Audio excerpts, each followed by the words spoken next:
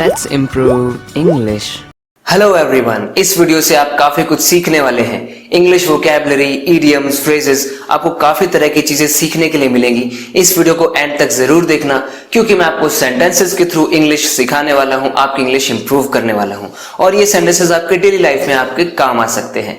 पहला सेंटेंस देखिए, वो भी उतना ही दंग था जितना कि मैं था। जैसे कि हम दोनों ने कुछ ऐसी चीज देख ली होगी जिसको देख के हम एकदम चौंक गए, तो वो भी उतना ही चौंका हुआ था जितना कि मैं था। He was as astonished as I was. He was as astonished as I was. यहां पर आप as astonished as, ये जो as है ना, यहां पर कंपैरिजन का काम कर रहा है। किसमें कंपैरिजन कर रहा है? उसके और मेरे बीच में कंपैरिजन कर रहा है। यानी वो भी एस्टोनिश्ड था और मैं भी था। एस्टोनिश्ड होने का मतलब सरप्राइज्ड होना, अमेज्ड होना। So he was as astonished as I was, क्योंकि पास्ट की बात है इसलिए was। अगर आप शॉर्ट में बोलना चाहे ना तो आप इस was को हटा भी सकते हैं और आप सिंपली बोल सकते हैं he was as astonished as I। इतना भी आप बोल सकते हैं। अगर आप अपने as और as के कॉन्सेप्ट को अच्छे से समझना चाहते हैं, क्लियर करना चाहते हैं, तो फिर मैंने उस पर एक वीडियो बनाई हुई है, आप उस वीडियो को देख सकते हैं। आपको काफी कुछ इस वीडियो से सीखने के लिए मिलेगा। आप काफी अच्छे से समझ जाएंगे कि इस as का यूज हम अच्छे से कैसे कर सकते हैं। मेरा मूड तो सुबह ही खराब हो गया था। मेरा मूड तो सुबह ही खराब हो गया था। My mood was already spoiled in the morning. My mood was already spoiled. पहले ही वो spoiled था in the morning. Morning में ही वो spoiled था। एक आदमी है जो तुम्हारी मदद कर सकता है। एक आदमी है जो तुम्हारी मदद कर सकता है। There is one person who might help you.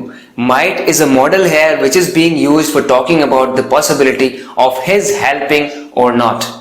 यानी कि वो आदमी मदद करेगा या नहीं करेगा, ये तो पॉसिबिलिटी है, संभावना है। तो इस संभावना को दिखाने के लिए हमने यूज किया माइट। यहां पर आप मे का भी यूज कर सकते हैं, लेकिन जब आप मे का यूज करेंगे तो पॉसिबिलिटी ज्यादा हो जाएगी, लेकिन पॉसिबिलिटी कम है इसलिए मैंने माइट का यूज किया।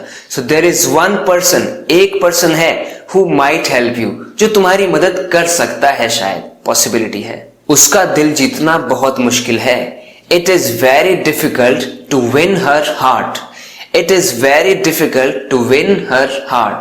तुम्हारी खुशी में ही मेरी खुशी है। कई बार हम प्यार जताते हुए ऐसे बोलते हैं किसी को कि भाई तुम्हारी खुशी में ही मेरी खुशी है। Your happiness is my happiness. तुम्हारी खुशी मेरी खुशी। Your happiness is my happiness. जो उसने पाप किए हैं ना, उसको उन पापों के लिए प्रायश्चित करने की जरूरत महसूस हुई। देखिए, मैं ये सेंटेंस क्यों बता रहा हूं आपको, हो सकता है आपको ये सेंटेंसेस बनाने की जरूरत पड़े भी ना, लेकिन आपको इसके थ्रू मैं आपको वोकैबुलरी और कुछ चीजें सिखाना चाहता हूं। इसलिए देखिए, यानी कि उसको जरूरत महसूस हुई। He felt the need to repent for the sins that he had committed. Sins मतलब कि पाप, बैड डीड्स, जो बुरे काम होते हैं उसको सिंस कहते हैं। So he felt the need, यानी उसने जरूरत को महसूस किया। किसकी जरूरत? To repent for the sins. repent करना है उसको। repent करना मतलब पश्चाताप करना, प्रायश्चित करना। to repent किसके लिए? for the sins, उन sins के लिए that he had committed, जो उसने किए थे। अब देखिए यहाँ पर past perfect क्यों आया है? had committed में past perfect क्यों आया है?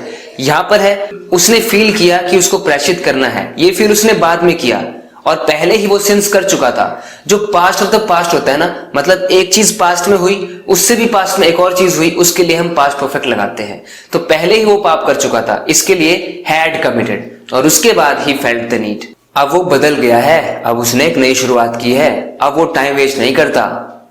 Now he has turned over a new leaf and he doesn't waste his time any more.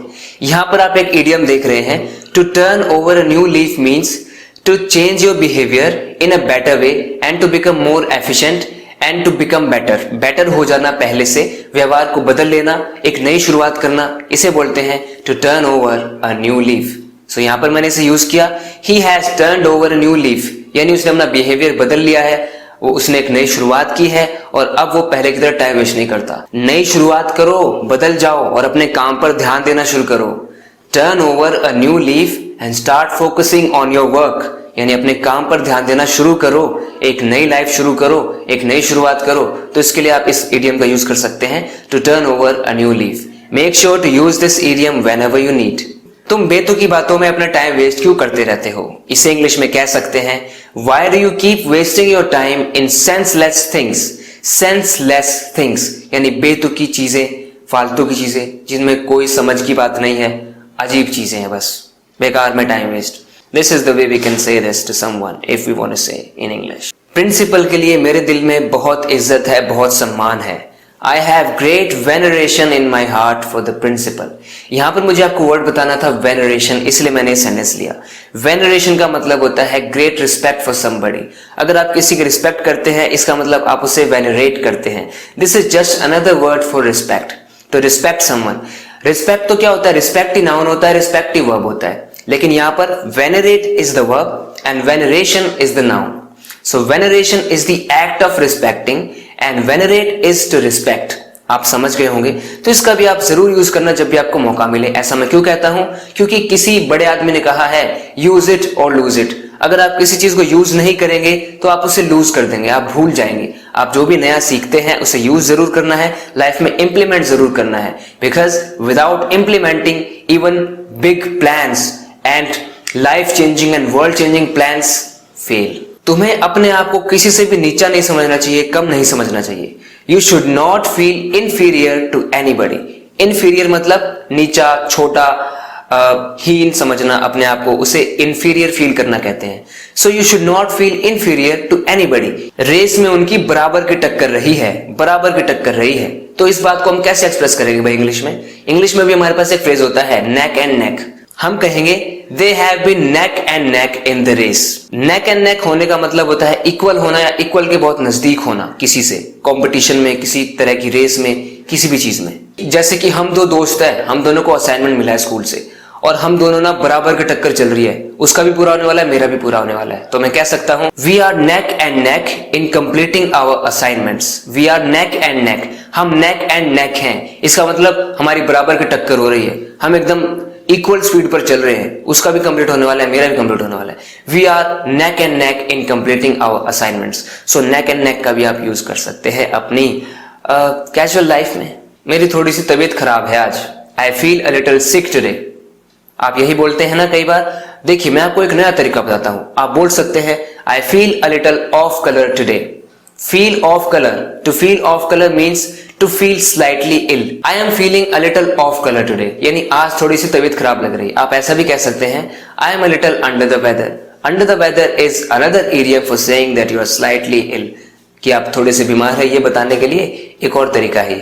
Under the weather, off colour और सिक तो आप बोलते ही है, इल भी होता है। सिक और इल दोनों का मतलब बीमार होता है।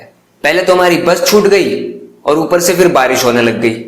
फर्स्ट वी मिस्ड आवर बस, on top of that it started raining। first we missed the bus and on top of that it started raining।